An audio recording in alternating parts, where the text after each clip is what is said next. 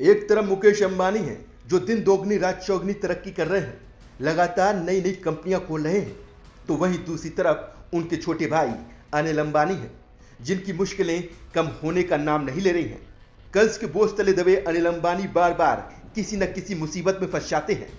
अनिल अंबानी की कई कंपनियां दिवालिया प्रक्रिया से गुजर रही हैं और अब अनिल अंबानी की उस कंपनी को बड़ा झटका लगा है जिसने देश के टेलीकॉम सेक्टर को एक नई दिशा दी थी। एक रिपोर्ट के मुताबिक डिपार्टमेंट ऑफ टेलीकम्युनिकेशंस ने रिलायंस कम्युनिकेशंस के लाइसेंस को रिन्यू करने से इनकार कर दिया है।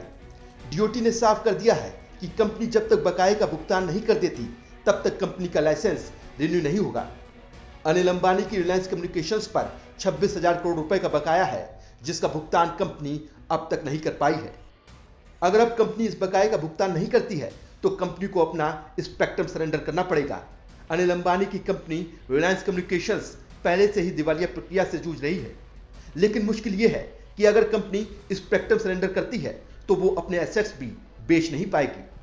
मतलब अनिल अंबानी के लिए अब एक तरफ कुआं तो दूसरी तरफ खाई जैसी स्थिति बन गई है।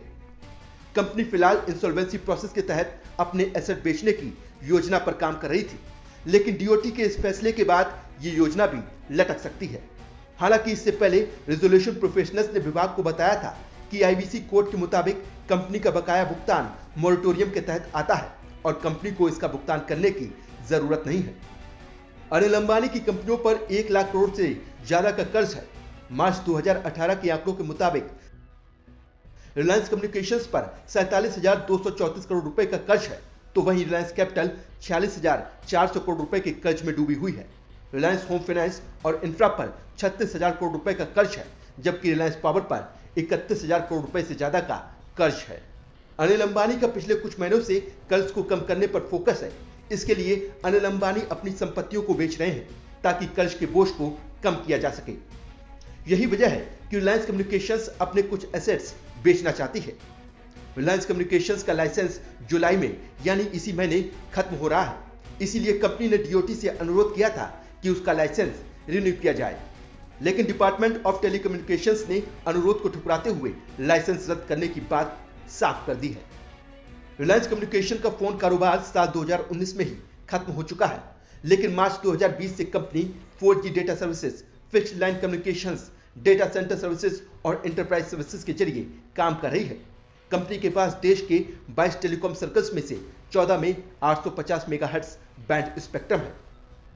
टेलीकॉम इंडस्ट्री के जानकारों के मुताबिक लाइसेंस रद्द होने की सूरत में कंपनी डीओटी के फैसले के खिलाफ RP telecom disputes settlement and appellate tribunal में अपील कर सकती है।